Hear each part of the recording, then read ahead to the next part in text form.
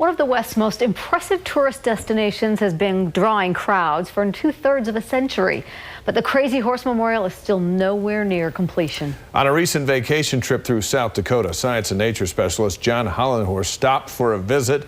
John, I guess you just couldn't resist telling this story. How could you resist? You know, it's a statue that's much larger than Mount Rushmore and far more ambitious in design. You know, I'm 67 years old, and they've been creating this thing since I was a baby. It may be another lifetime or two before they're done. When you've taken all your snapshots at Mount Rushmore, get back in your car and drive. About 15 miles west of those famous presidential faces, there's another giant hunk of the Black Hills that once looked very different. You pay an $11 entry fee and take a $4 bus ride for a look up at a memorial honoring the great Lakota warrior Crazy Horse. The fact that he fought so fiercely for what he believed, he did never sign a treaty. Jadwiga Ziolkowski is the daughter of Korczak Ziolkowski, the man who began the sculpture in 1948. And I always said I wanted to do something worthwhile with my life. This scale model is impressive enough in size.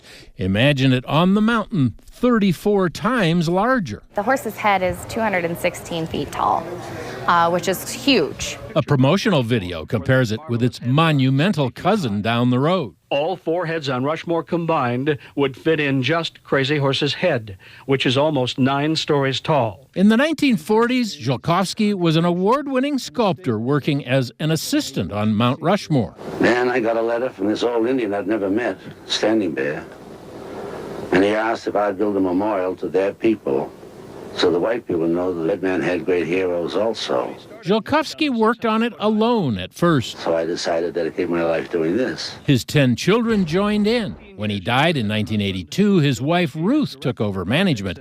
She died a year ago. Today, 5 children and 4 grandchildren work on the project. Now it's the children's generation, and we're all committed to what we're supposed to be doing.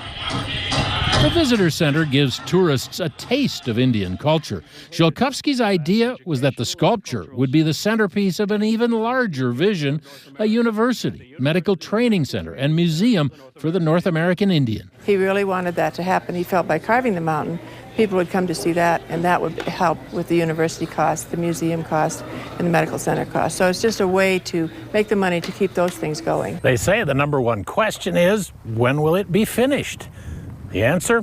Nobody really knows. You know, it's a massive undertaking, and to put a timeline on it when you don't know what kind of rock you're going to encounter as you're carving down just doesn't make sense. Tourist fees and private contributions fund the project. The family has resolutely refused government funding. Critics say that's why it's taking seemingly forever. But the promise is that the mammoth sculpture will be finished someday. I believe so. I believe we have enough public support that we really can sustain and move forward. Well, the project got a big shot in the arm recently with a $10 million matching contribution from Rapid City businessman T. Denny Sanford. That's helping pay for new state-of-the-art equipment. Don't look for completion anytime soon, but I must say it's a heck of a site, and think what it'll be like when it's done. The scale is just breathtaking. It's unbelievable. So huge. Yeah. Thanks, John. Yeah.